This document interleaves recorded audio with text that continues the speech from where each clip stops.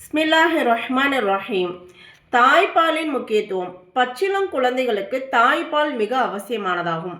குழந்தை பிறந்தவுடனேயே அல்லாஹு தாலா அதனுடைய இரணத்தை தாயின் மார்பகங்களில் பாலின் வடிவத்தில் ஏற்பாடு செய்து விடுகின்றான். இது விலை மதிக்க முடியாத வெகுமதியாகும். இதை தாய் தம் குழந்தைக்கு புகட்டுகிறாள். அதன் நல்ல பிரதிபலிப்பும் போதுமான அளவு ஊட்டமும் தாய் சேய் இருவருக்கும் பயன் தரக்கூடியதாகும்.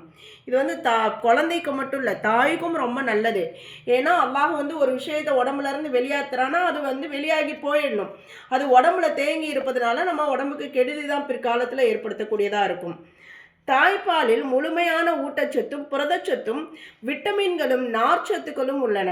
அது மட்டுமல்ல, அதனுடைய ஒவ்வொரு சொட்டிலும் எல்லையற்ற சக்தியும் அக்குழந்தைக்கு ஏற்படும் வியாதிகளுடன் நேருக்கு நேர் மோதும் வல்லமையும் இருக்கின்றன. அது குழந்தையின் உடல் வளர்ச்சியை தூண்டுகிறது. மேலும் அதன் மன வளர்ச்சி மற்றும் மூளை வளர்ச்சியையும் அதிகரிக்க செய்கின்றது. இப்படிப்பட்ட சக்தி வாய்ந்த வியாதிகளை எதிர்கொள்ளக்கூடிய மாமருந்து தாய்ப்பாலை தவிர வேறு எதிலும் இல்லை.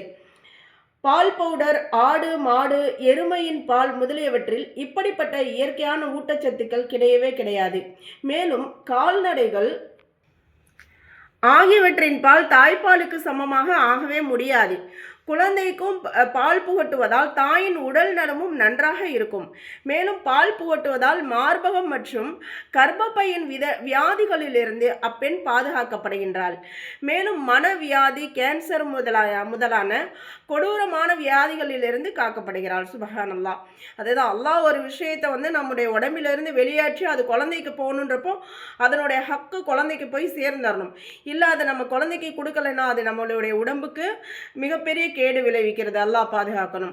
ஆனால் இன்றைய கால பெண்கள் மேற்கத்திய நாகரிகத்தை தனதாக்கி கொண்டு மாடர்ன் என்ற பெயரில் குழந்தைகளுக்கு பாலூட்டுவதை கேவலமாக கருதுகின்றனர்.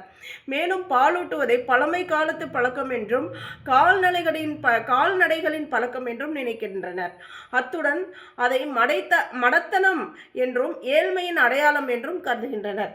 சுபஹானல்லாஹ். அல்லாஹ்வோட கிருபையினால இன்றைய காலத்திலையும் தாய்ப்பால் கொடுக்கக்கூடிய அந்த எத்தனையோ தாய்மார்கள் இருக்காங்க. முழுமையாக 2 வருடம் கொடுக்கக்கூடியவங்களும் இருக்கிறாங்க. சிலர் அந்த மாதிரி இருந்தாலும் நம்ம என்ன செய்யணும்?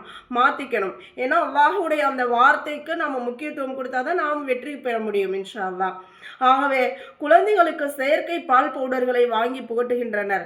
தாய்ப்பால் பச்சிளங்குழந்தைகளின் இயற்கை உணவாகும்.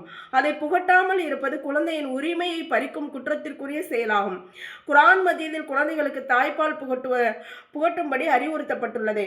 அல்லாஹ் கூறுகிறான், மேலும் தாய்மார்கள் தமது குழந்தைகளுக்கு 2 ஆண்டுகள் முழுமையாக பால் புகட்டப்படணும் அப்படின்னு சொல்லிட்டு. ஏதாவது தாய்க்கு ஏதாவது நோய் இருக்கு, ஏதாவது அவங்களுக்கு உடல்நிலை சரியில்லை அப்படின்ற பட்சத்தில் டாக்டருடைய ஆலோசனைகள் அந்த மாதிரி இருந்தால் ஒருவேளை அந்த சில தாய்மார்களுக்கு அந்த பால் வற்றி போயிடும். அது மாதிரி இருந்தால் பரவாயில்ல, நாம் வேண்டுமென்றே இதை தடை செய்யக்கூடாது. தாய்ப்பால் ஊட்டுவதால் தாய் மற்றும் குழந்தை இருவருக்கும் இவ்வளவு பயன்கள் இருக்கும்போது தாய்மார்கள் அந்த உரிமையை நிறைவேற்றுதலில் ஏன் சோம்பல் செய்ய வேண்டும்? அதை தமது பொறுப்பு என்றும் கடமை என்றும் உணர்ந்து குழந்தைகளுக்கு பால் புகட்ட வேண்டும் இன்ஷா அல்லாஹ். பாலூட்டும் போது தாய் உழு செய்து கொண்டு பிஸ்மில்லாஹ் ஓதி புகட்ட வேண்டும். பாலூட்டி கொண்டிருக்கும் போது அல்லாஹ்வை திக்ரு செய்து கொண்டிருக்க வேண்டும். மேலும் உள்ளத்தையும் சிந்தனையையும் தூய்மையாக வைக்க வேண்டும். ஏனெனில் அவள் நாவிலிருந்து வெளிப்படும் வார்த்தைகளும் அவள் உள்ளத்தில் உணர்வுகளும் கண்டிப்பாக குழந்தையின் மீது பிரதிபலிக்கும். வியாதியிலோ அல்லது பலவீனத்திலோ அகப்பட்டுள்ள ஒரு தாய் தன் குழந்தைக்கு பாலூட்டினால் குழந்தைக்கு ஏதாவது பங்கம் ஏற்படும் என்று நினைத்தால் அவர் ஒரு நல்ல சாலிகான பெண்ணை தன் குழந்தைக்கு பாலூட்டுவதற்காக தேர்வு செய்ய வேண்டும். அவளுடைய பால் குழந்தையின் உடல் நலத்திற்கு மிக பயனுள்ளதாக இருக்கும் இன்ஷா அல்லாஹ்.